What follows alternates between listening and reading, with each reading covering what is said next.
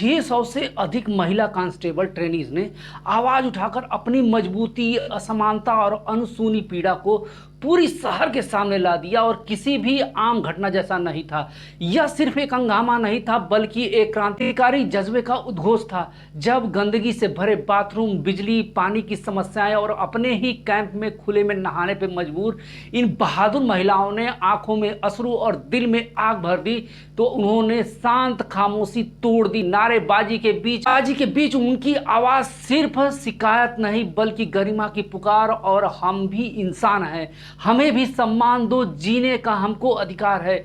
यह उनकी आवाज थी जो कि हर एक उस लड़की और महिला को दिल को छू गई जिन्होंने कभी अपने लड़ाई लड़ी। इस हुकूमत के भीतर जैसे एक तूफान खड़ा हो गया, जिसने न केवल स्थानीय बल्कि प्रशासनिक पूरे समाज को झकझोर दिया। भ्रष्टाचार, लापरवाही और कई वर्षों से अनदेखा दर्द एक ही पल में सामने आ गया। पुलिस विभाग की चमकीली इमेज के पीछे छुपी हुई कड़वी सच्चाई का पर्दाफाश हुआ, जिसने सरकारी मशीनरी को संजीदगी से सोचना मजबूर कर दिया। यह घटना केवल शिकायतों का पन्ना नहीं, बल्कि महिलाओं की अस्मिता की लड़ाई का प्रतीक बन गया। और यही वो पल था जिसने कि गोरखपुर को याद दिलाया कि जब महिलाएं एकजुट होती हैं तो वो उनके हक की लड़ाई को कोई भी कुचल नहीं सकता है। 23 जुलाई 2025 की सुबह गोरखपुर की बछिया पीएससी ट्रेनिंग कैंपस में एक अनघट घटना ने सबको चौंका कर रख दिया। सूरज अभी उगा ही नहीं था। करीब 600 ट्रेनिंग महिला सिपाही जो कि 21 जुलाई से प्रशिक्षण ले रही थी, ट्रेनिंग सेंटर के गेट पे रोटी चिल्लाती हुई बाहर निकल आए। उनके चेहरे पर गुस्सा था, आंखों में आंसू थे और आवाज में एक गहरी निराशा। ये युवा महिलाएं जो कि देश की सेवा के लिए पुलिस बल में शामिल होने का सपना देख रही थी, अपनी निजता और बुनियादी सुविधाओं को सिपाहियों की शिकायत सुनकर किसी का भी दिल पसीज जाएगा। ट्रेनिंग सेंटर के हालत सबसे गंभीर आरोप था और एक ट्रेनी ने आंसुओं के बीच में कहा कि हमारी निजता का मजाक बनाया जा रहा है, बाथरूम में कैमरे लगे हैं, हमारे वीडियो बनाए गए हैं। यह सुनकर वहां मौजूद हर कोई समझ गया। इसके अलावा सेंटर में भीड़ भाड़ की स्थिति ऐसी थी कि 360 लोगों की क्षमता वाले कैंपर में 600 सिपाहियों को ठूस दिया गया था। पानी की कमी ने हालात को और भी बदतर बना दिया। प्रत्येक सिपाही को दिन भर सिर्फ आधा लीटर पानी पीने को मिल रहा था। बाथरूम में पानी न होने के कारण कई सिपाहियों को खुले में नहाने के लिए मजबूर होना पड़ा। खाने की गुणवत्ता इतनी खराब थी कि कई सिपाहियों ने उसे खाने से इनकार कर दिया। एक और विवादास्पद आदेश ने आग में घी डालने का काम किया।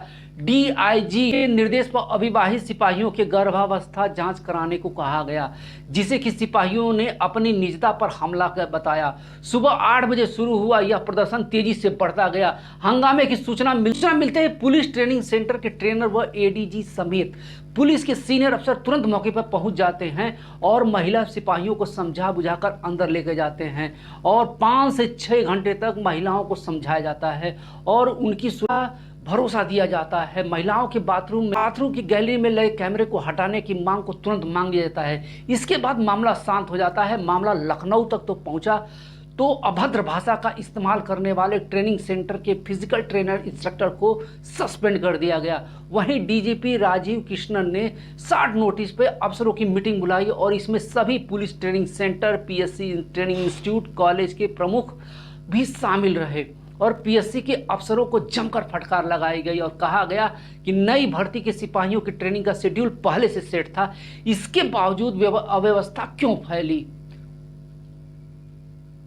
माना जा रहा है कि इस मामले में कुछ और सीनियर अफसरों पर कार्रवाई की जा सकती है। डीजीपी राजीव कृष्णन के निर्देश पर प्लाटून कमांडर और आरटीसी प्रभारी संजय राय को महिला ट्रेनिंग सिपाही इस समस्या का समय से निराकरण न करने की वजह से सस्पेंड कर दिया गया। इसके अलावा 26वीं बटालियन के कमांडेंट आनंद कुमार को उनके काम में लापरवाही करने पाए जाने पर उन्हें भी सस्पेंड कर दिया गया है। वहीं पीएससी में महिला के बवाल के बाद देर रात तक सरकार को एक बड़ा एक्शन लिया और महिला ट्रेनिंग कांस्टेबल के प्रेगनेंसी टेस्ट कराने वाले डीआईजी और प्रधानाचार्य police training school Gorakhpur Rohan P Kanan को हटा दिया गया और उन्हें मीटिंग में रखते हुए डीजीपी ऑफिस में अटैच कर दिया गया और गोरखपुर में तैनात अपर पुलिस अधीक्षक अनिल कुमार प्रथम को प्रभारी प्रधानाचार्य गोरखपुर बनाया गया है और एडिशनल एसपी केंद्रीय रिजर्व के कानपुर की नगर की निहारिका वर्मा को गोरखपुर के 26वीं पीसीएस बटालियन में का कमांडेंट बनाया गया है।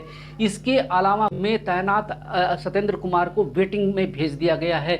उनकी जगह पे पीसीएस आगरा सेक्टर के डीआईजी पूनम को मेरठ में डीआईजी और प्रधानाचार्य बनाया गया है। जैसे ही हंगामे की खबर फैली, वरिष्ठ पुलिस अधिकारी हरकत में आए और अतिरिक्त पुलिस महानिदेशक लॉ एंड ऑर्डर अमिताभ यश और वरिष्ठ अधीक्षक व अन्य अधिकारी मौके पर पहुंचते हैं और स्थिति को नियंत्रण करने के लिए तुरंत कदम उठाते हैं।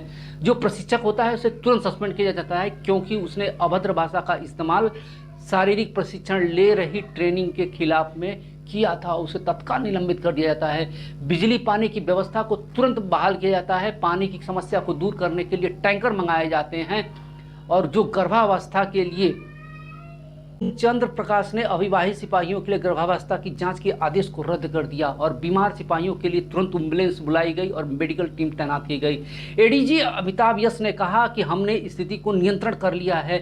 सिपाहियों की शिकायत पर तुरंत कार्रवाई की गई। हालांकि आईजीपीएससी मिडिल जोन प्रतिविंदर सिंह ने बाथरूम में लगे कमरे के दावे को जांच से खारिज किया और उन्होंने कहा कि हमारी जांच में कोई कैमरा नहीं मिला, यह अफवाह हो सकती है।